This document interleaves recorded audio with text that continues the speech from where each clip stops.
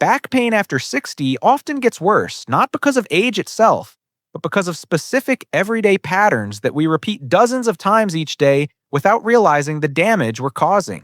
A 2019 study published in the Spine Journal followed over 3,000 adults between ages 60 and 75 for 5 years and found that the majority of chronic back pain cases were directly linked to modifiable daily habits, not inevitable degeneration.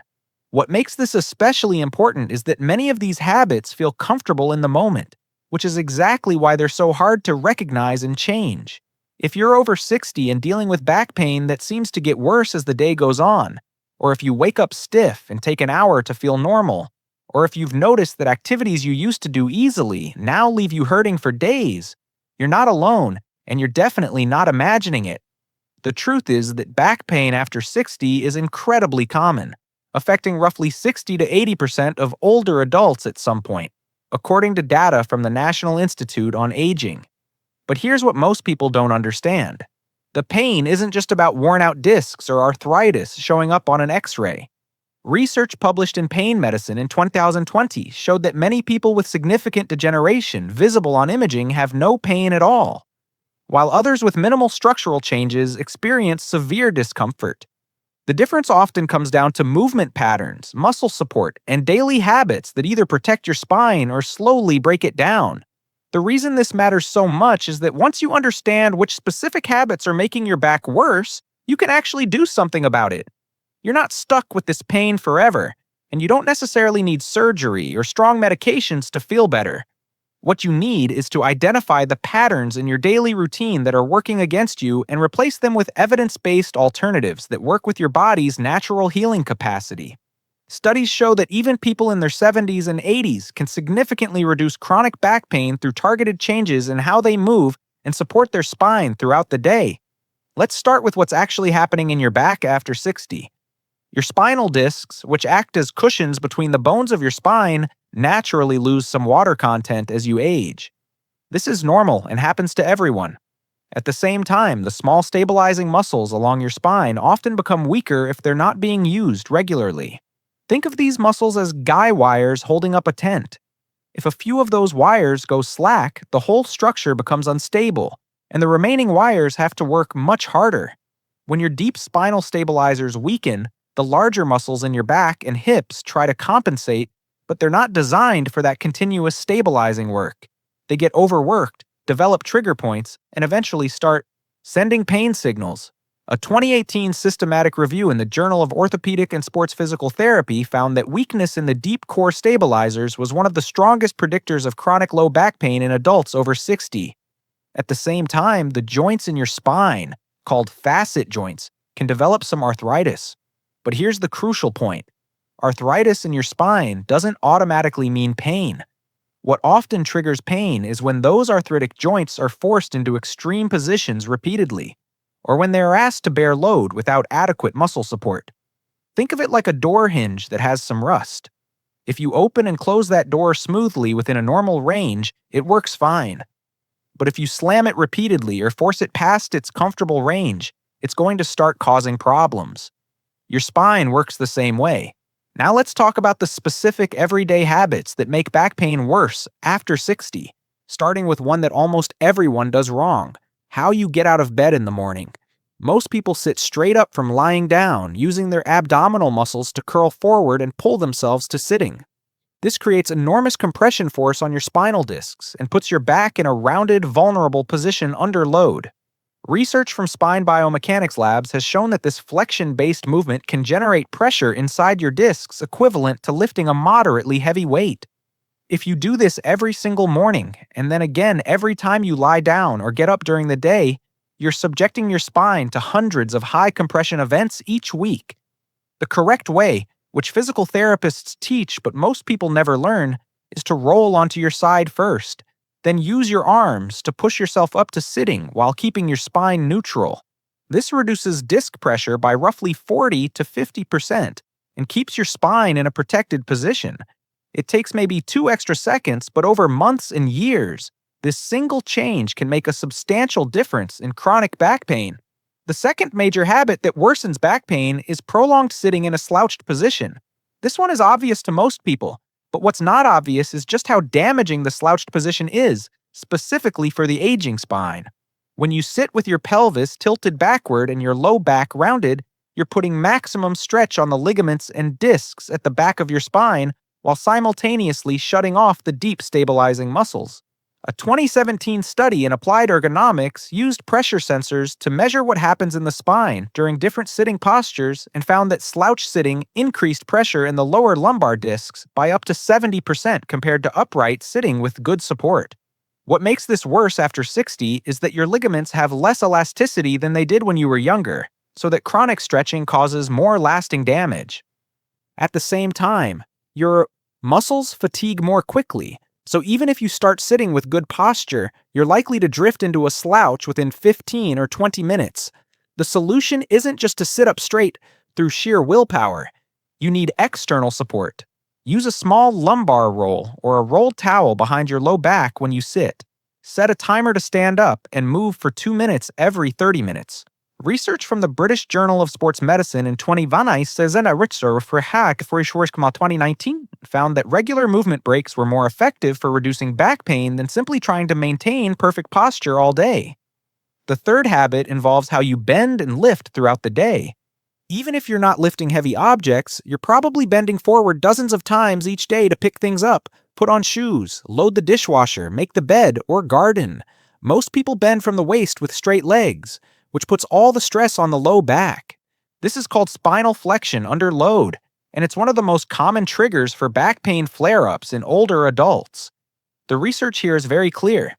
A landmark study published in the Spine Journal in 2016 tracked movement patterns in people with and without chronic low back pain, and found that those with pain used significantly more spinal flexion and less hip flexion during daily bending tasks. The difference wasn't in whether they lifted heavy things, but in how they moved during routine light activities. The correct pattern is to hinge at your hips, like a waiter bowing, while keeping your spine in a neutral position. You might need to bend your knees slightly, and you should feel the effort in your hip and thigh muscles, not your low back. This is called a hip hinge, and it's a fundamental movement pattern that protects your spine. If you have something on the floor that you need to pick up regularly, like a laundry basket, the safest approach is actually to do a partial squat, lowering your whole body down while keeping your spine neutral, rather than bending forward at all. The fourth damaging habit is wearing the wrong shoes, particularly shoes with no support or high heels. This might seem unrelated to back pain, but your feet are the foundation of your entire posture chain.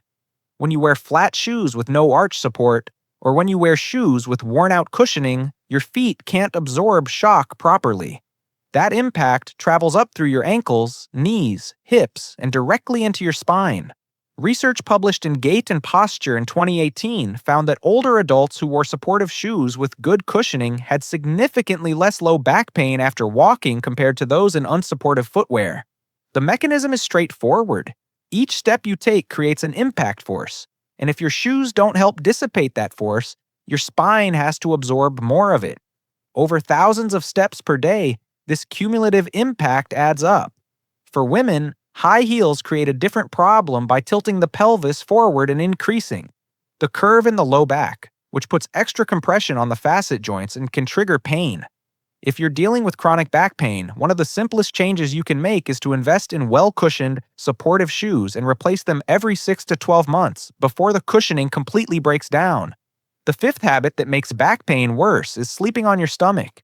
When you lie face down, your neck has to rotate to one side so you can breathe, and your low back is forced into excessive extension, meaning the curve increases. This extended position compresses the facet joints in your low back for hours at a time. For people over 60 who often have some arthritis in those joints, this can lead to significant morning stiffness and pain. Sleep researchers and physical therapists consistently recommend either back sleeping with a pillow under your knees or side sleeping with a pillow between your knees. Both of these positions keep your spine in neutral alignment. A 2015 study in the Journal of Physical Therapy Science found that back and side sleeping positions were associated with significantly lower reports of morning back pain compared to stomach sleeping in adults over 50. If you're a lifelong stomach sleeper, changing this habit can be difficult, but it's worth the effort. Start by using pillows to prop yourself at an angle so you're not completely flat on your stomach. and gradually transition to side sleeping over a few weeks. Another critical habit that often goes unnoticed is how you carry things. Many older adults develop a pattern of carrying bags, groceries, or grandchildren on one side of their body repeatedly. This creates an imbalanced load that forces your spine to curve sideways to compensate. Over time, this leads to muscle imbalances where one side of your back becomes chronically tight and overworked while the other side weakens. The solution is to consciously distribute weight evenly, switch sides regularly if you're carrying something with one hand, and use a backpack instead of a shoulder bag whenever possible. When you do use a backpack, wear both straps and position the pack high on your back, not hanging low near your hips. Staying in one position for too long is another pattern that worsens back pain, even if that position is technically correct. Your spinal discs get nutrition through movement. When you move, the discs compress and release, which pumps fluid in and out and brings in nutrients while removing waste products.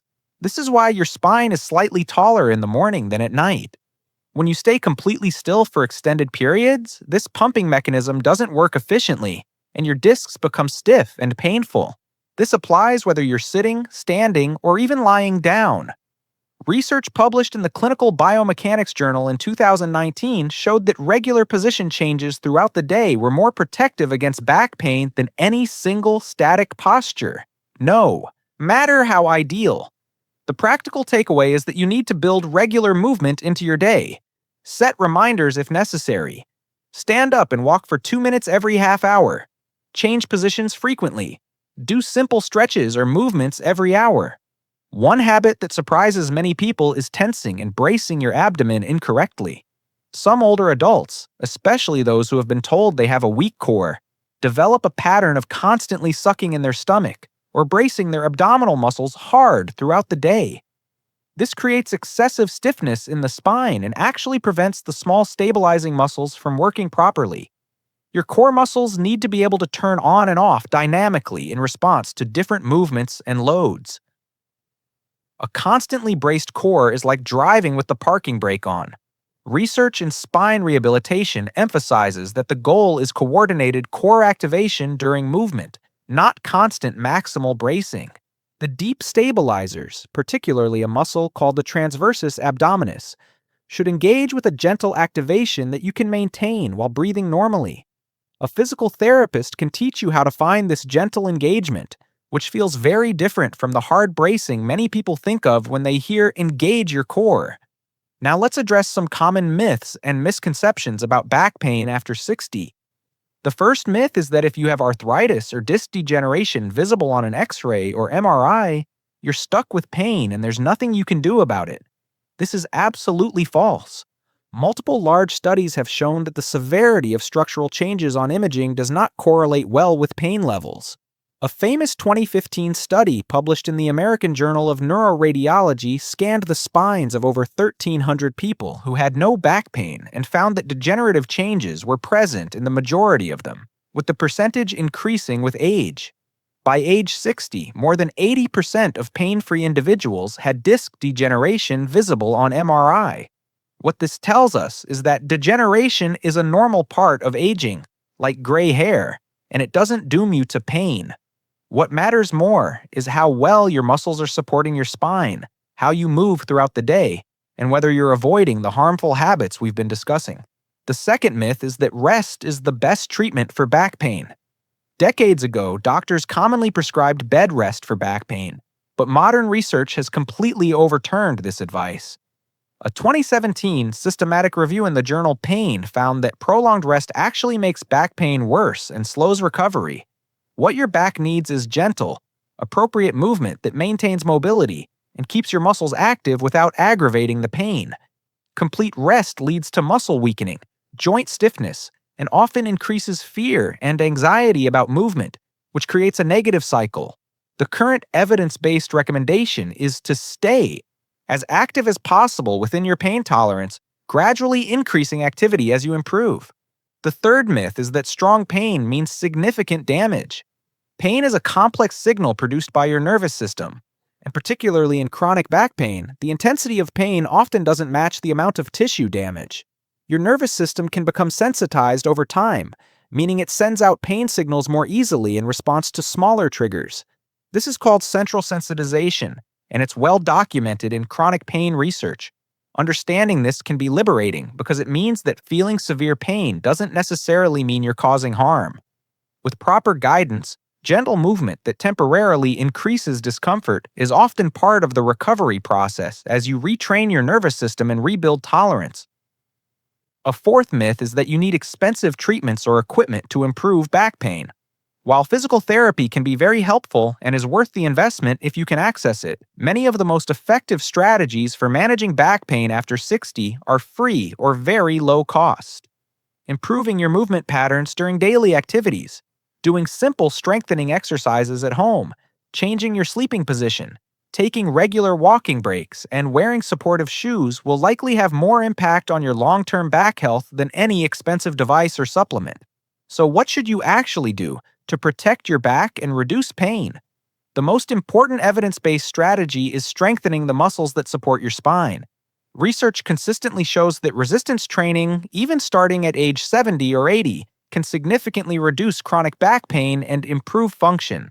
A 2020 meta-analysis in the British Journal of Sports Medicine that combined results from dozens of studies found that strengthening exercises were one of the most effective treatments for chronic low back pain in older adults, with benefits lasting long after the exercise program ended. You don't need a gym membership. Bodyweight exercises and simple resistance bands can be remarkably effective. Focus on exercises that strengthen your core, hips, and upper back. One excellent exercise is the bird dog. Start on your hands and knees with your spine in neutral. Slowly extend one arm forward and the opposite leg backward. Hold for 3 to 5 seconds while breathing normally, then return to the starting position and repeat on the other side. This teaches your deep stabilizers to work while you move your limbs, which is exactly what they need to do during daily activities. Start with 5 repetitions on each side and gradually build up to 10 or 15. Do this 3 times per week. Another valuable exercise is the bridge. Lie on your back with your knees bent and feet flat on the floor. Tighten your abdominal muscles gently, then lift your hips off the floor until your body forms a straight line from knees to shoulders. Hold for 5 to 10 seconds, lower slowly, and repeat 10 times. This strengthens your glutes and hamstrings, which are critical for protecting your low back during bending and lifting. As you get stronger, you can hold the position longer or do single leg bridges. Side planks are excellent for building lateral stability. Lie on your side propped up on your elbow with your knees bent at 90 degrees. Lift your hips off the ground so you're balanced on your elbow and knees. Hold this position for 10 to 20 seconds. Rest and repeat 3 times on each side. As you build strength, you can straighten your legs and balance on your feet instead of your knees. This exercise specifically targets the muscles that prevent your spine from bending sideways under load. Walking is also protective for your back, but it needs to be done with good form and appropriate duration. Research from The Lancet published in 2024 found that regular walking significantly reduced recurrence of back pain episodes in adults who had recovered from an acute flare-up. Aim for 20 to 30 minutes of walking most days of the week. Focus on standing tall, engaging your core gently, and taking smooth, even steps. If walking increases your back pain, start with shorter distances, perhaps just 5 or 10 minutes, and very gradually build up over weeks. Hip flexibility is often overlooked but crucial for back health. Tight hip flexors, which are common in people who sit a lot, pull your pelvis forward and increase the curve in your low back. A simple hip flexor stretch: kneel on one knee as if you're proposing, with your other foot flat on the floor in front of you. Gently push your hips forward until you feel a stretch in the front of the hip on the kneeling side. Hold for 30 seconds and repeat on both sides. Do this daily. You also need to address habits around your daily routine. Create a morning routine that prepares your back for the day. Before getting out of bed, spend 2 minutes doing gentle movements. Pull your knees to your chest a few times, do some gentle pelvic tilts, and rotate your knees side to side. Then remember to roll to your side before sitting up. This morning mobility routine can significantly reduce the stiffness and pain many people experience in the first hour after waking. Set up your environment to support better habits. If you watch television or read in the evening, arrange your seating so you have good lumbar support and aren't tempted to slouch. If you work at a desk or computer, ensure your screen is at eye level and you're not hunched forward. Place frequently used items at waist height so you're not constantly bending down to reach them. Keep a sturdy stool in your kitchen so you can sit at counter height while doing food preparation instead of standing with your back flexed forward. Consider your stress levels and emotional health as well. Research has established clear links between psychological stress, anxiety, depression, and chronic back pain. A 2018 study in the European Spine Journal found that stress management techniques and cognitive behavioral approaches were effective additions to physical treatments for chronic back pain in older adults. This doesn't mean your pain is all in your head. It means that stress affects muscle tension, sleep quality, pain perception, and recovery. Finding ways to manage stress, whether through gentle yoga, meditation, time in nature, social connection, or professional counseling, can be an important part of your overall back pain management strategy. Sleep quality matters enormously.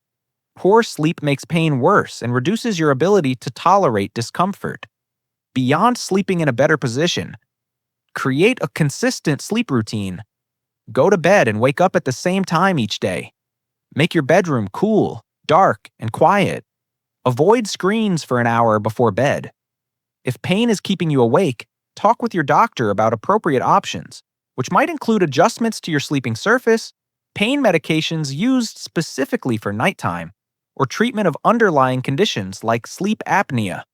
Maintaining a healthy weight reduces load on your spine.